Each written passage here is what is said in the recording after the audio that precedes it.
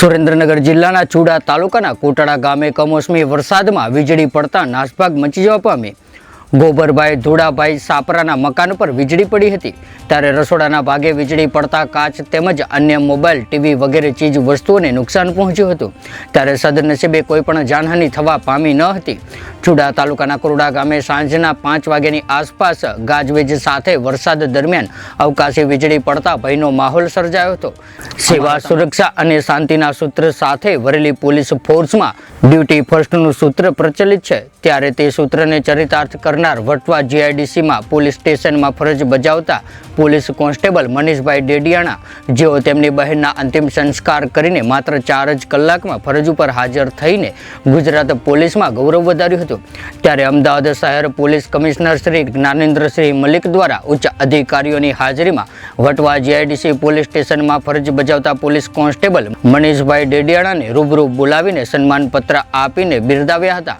Ahmedabad municipal કોર્પોરેશનના ઉત્તર પશ્ચિમ ઝોન દ્વારા તમામ વોર્ડમાં જાહેર માર્ગો પર ગંદકી ન્યુસન્સ કરતા એકમોનું ચેકિંગ હાથ ધરવામાં આવ્યું, ત્યારે અમદાવાદ મ્યુનિસિપલ કોર્પોરેશનના ઉત્તર પશ્ચિમ ઝોનના સોલિડ વેસ્ટ મેનેજમેન્ટ વિભાગ દ્વારા તમામ વોર્ડમાં જાહેર માર્ગો પર ગંદકી અને ન્યુસન્સ કરતા એકમોનું ચેકિંગ હાથ ધરવામાં આવ્યું હતું, જે કાર્યવાહી દરમિયાન 65 એકમો તપાસવામાં આવતા 52 એકમોને નોટિસ ઇસ્યુ કરવામાં આવી હતી, સાથે જ 4.7 કિલોગ્રામ પ્લાસ્ટિકનો જથ્થો જપ્ત કરવામાં આવ્યો હતો અને ₹77,200નો દંડ પણ વસૂલ કરવામાં આવ્યો હતો।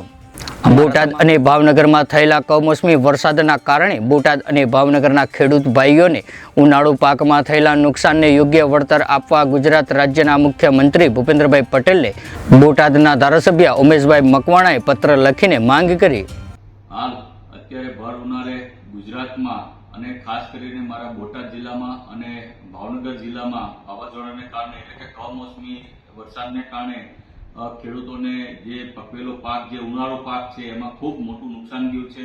બાજરી હોય, જુવાર હોય, તલ હોય અને બાગાયતી પાકોમાં પણ ખૂબ મોટું નુકસાન ગયું છે। ખાસ કરીને મારા ભાવનગરના ખેડૂતોમાં જે સોસિયાના જે ખેડૂતો જે છે એને કેરીમાં ખૂબ મોટું નુકસાન ગયું છે, દાડમમાં, ચીકુમાં પણ નુકસાન ગયું છે, ત્યારે માનનીય મુખ્યમંત્રીશ્રીને મેં એક લિખિત લેટર લખ્યો છે, જેમાં માંગ કરી છે કે આ જે ખેડૂતો જે છે એને ખૂબ મહેનત કરી ઉનાળો પાક પક્યો હોય ત્યારે જ્યારે આ વાવાઝોડાને કારણે પાક નિષ્ફળ ગયો છે તો પાકનું સર્વે કરી અને એનું વળતર ચૂકવવામાં આવે તેવી માંગ કરી છે। સાથોસાથ ગુજરાતમાં અન્ય જિલ્લાઓમાં પણ આ સર્વે કરી અને ખેડૂતોને વળતર ચૂકવવામાં આવે તેવી માનનીય મુખ્યમંત્રીશ્રીને એક ધારાસભ્ય તરીકે હું માંગ કરું છું। જંબુસર કાવી પોલીસ સ્ટેશનના મહિલા સ્ટાફ અને પીએસઆઈ વૈશાલી આહિરની સરાહનીય કામગીરી। ભારે પવનના કારણે રસ્તા ઉપર વૃક્ષો પડ્યા હતા, ત્યારે ગામડાના લોકોને અવરજવરમાં તકલીફ પડી રહી હતી, ત્યારે મહિલા પોલીસે સ્ટાફને સાથે રાખીને રોડ ઉપરના વૃક્ષો હટાવીને વાહન વ્યવહાર શરૂ કરાવ્યો હતો। રાજકોટ જિલ્લાના જીયાણા ગામે પૂર્વ સરપંચે સળગાવ્યા મંદિર। રાજકોટ અમદાવાદ હાઈવે ઉપર આવેલા જીયાણા ગામ ખાતે રાત્રે આવનાર તત્વો સીમમાં આવેલા 2 મંદિરમાં ટાયર સળગાવીને રામદેવ પીરની મૂર્તિ અને મેલડી માતાજીની છબી સળગાવી નાખી હતી, જેથી ધાર્મિક લાગણી દુભાઈ તેવી હરકત કરતા ગ્રામજનોમાં રોષ ભભૂકી ઉઠ્યો હતો, ત્યારે આ અંગે તાલુકા પંચાયતના સદસ્યએ એરપોર્ટ પોલીસ મથકમાં ફરિયાદ નોંધાવતા એરપોર્ટ પોલીસે પૂર્વ સરપંચ અરવિંદ સરવૈયાને સકંજામાં લઈને આગળની કાર્યવાહી હાથ ધરવામાં આવી। જીયાણા ગામની અંદર તારીખ 13/5/24ના રાત્રિના 1:00 થી 14/5/24ના કલાક 9:00 સુધીમાં પાદરે આવેલ રામદેવપીર મહારાજનું મંદિર છે, એ મંદિરમાં રામપીર મહારાજની મૂર્તિને ટાયર વડે સળગાવેલી છે, તથા એની બીજી બાજુમાં બંગલાવાડી મેલડી માતાનું મંદિર છે, તે મેલડી માતાના મંદિરના પણ જે માતાજીની મૂર્તિ હતી એને લાકડાઓથી સળગાવી અને લાગણી દુભાઈ એવું કૃત્ય કરવામાં આવેલું છે તેવી હકીકત બહાર આવી છે। અને બીજા એક વાસિન દાદાનું મંદિર હતું, ત્યાં પણ તાળું મારેલું હતું, જેના કારણે તાળું ખોલાયું નથી, પણ બહાર એને ગાભા સળગાવી, આમ 3 મંદિરો પર આવી રીતના સળગાવી અને લાગણી દુભાઈ એવા કૃત્ય કરવાનું એક ફરિયાદ દાખલ કરવામાં આવી હતી, જે ફરિયાદ એ જ ગામના કાનજીભાઈ સવસીભાઈ મેઘાણી, જેઓ તાલુકા સદસ્ય છે, તેઓએ આ ફરિયાદ પોલીસ સ્ટેશનમાં દાખલ કરાવેલી। આ તપાસ ફરિયાદ દાખલ કર્યા પછી એરપોર્ટ પોલીસ સ્ટેશન દ્વારા સઘન તપાસ કરતાં આ કામે એક આરોપીની ભાડ મળતા આરોપીની ધરપકડ હાલ કરવામાં આવેલી છે, જેનું નામ અરવિંદ મગનભાઈ સરવૈયા સાથે કોડી, જેની આ ધરપકડ કરવામાં આવી છે.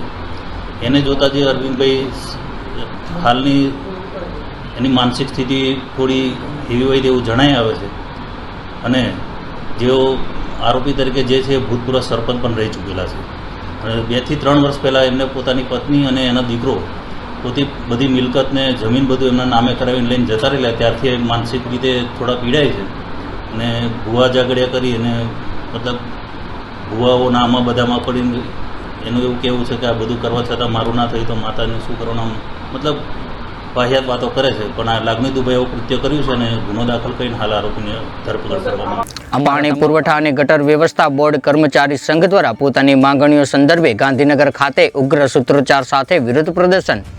ગાંધીનગર ખાતે ગુજરાત રાજ્યના પાણી પુરવઠા બોર્ડ હસ્તકના તમામ જિલ્લા તેમજ તાલુકા પ્રયોગશાળાઓમાં આઉટસોર્સિંગ તરીકે ફરજ બજાવતા કર્મચારીઓ ઉપર આઉટસોર્સિંગ કંપની દ્વારા થતું શોષણ તેમજ પોતાની 15 જેટલી વિવિધ માંગણીઓ સંદર્ભે આજરોજ મોટી સંખ્યામાં ઉગ્ર વિરોધ સાથે ભારે સૂત્રોચ્ચાર કરીને ધરણા પ્રદર્શન કરવામાં આવ્યું હતું.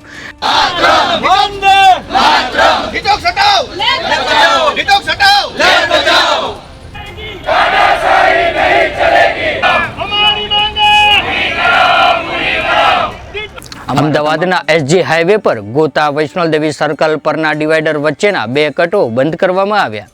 ત્યારે વાહન ચાલકોએ 5 કિલોમીટરનું ચક્કર કાપવું પડશે અને હવે ગોતા બ્રિજ ચડ્યા તો ફસાયા. ત્યારે એસજી હાઈવે પરથી જગતપુર જવું હોય તો વૈષ્ણોદેવી સર્કલ થઈને પાછું આવવું પડશે.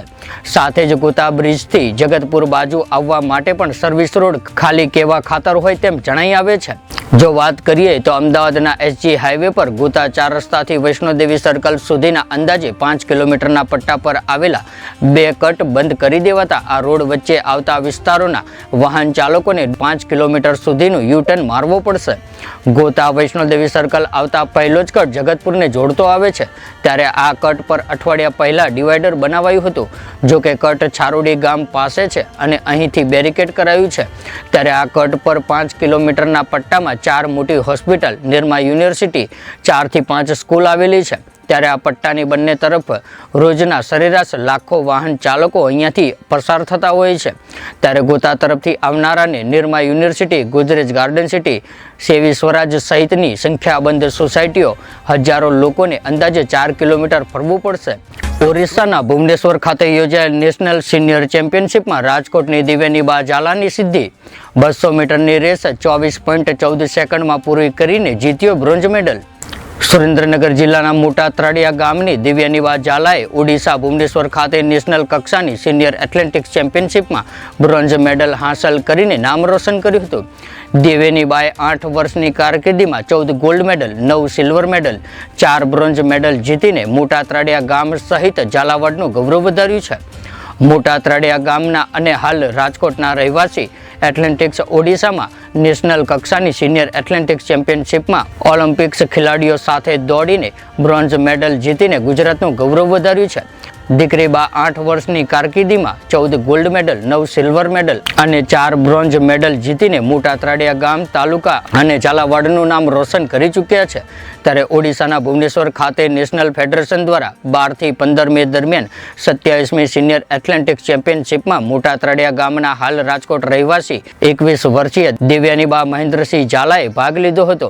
ત્યારે દિવ્યાનીબાએ 200 મીટરની રેસ 24.14 સેકન્ડમાં પૂરી કરીને ત્રીજો ક્રમાંક મેળવી બ્રોન્ઝ મેડલ જીત્યો હતો. ત્યારે કર્ણાટકના ઉન્નતિએ રેસમાં 23.85 સેકન્ડમાં પૂરી કરી હતી અને ગોલ્ડ મેડલ મેળવ્યો હતો અને ઓલિમ્પિક ખેલાડીઓ સબાની નંદાએ રેસ 23.88 સેકન્ડમાં પૂરી કરીને સિલ્વર મેડલ જીત્યો હતો. ત્યારે વર્ષો પછી સિનિયર એથ્લેટિક્સ ચેમ્પિયનશિપ જેવી સ્પર્ધામાં મેડલ જીતીને દિવ્યાનીબાએ ગુજરાતનું નામ રોશન કર્યું છે. ત્યારે દિલ્હી ખાતે 2018માં યોજાયેલી 64મી નેશનલ એથ્લેટિક્સ સ્પર્ધાની 100 મીટરની રેસ દિવ્યાનીબાએ 12.45 સેકન્ડમાં પૂરી કરીને 30 વર્ષ બાદ ગુજરાતને બ્રોન્ઝ મેડલ અપાવ્યો હતો. ત્યારે દિવ્યાનીબા મહારાષ્ટ્ર, પંજાબ, આંધ્રપ્રદેશ, મધ્યપ્રદેશ, ઝારખંડ, આસામ, ગુજરાત સહિતના રાજ્યોમાં યોજાયેલી રનિંગ સ્પર્ધામાં 8 વર્ષમાં 14 gold medal, 9 silver medal, 4 bronze medal જીતી ચૂક્યા છે. Subscribe now and press the bell icon. Never miss an update.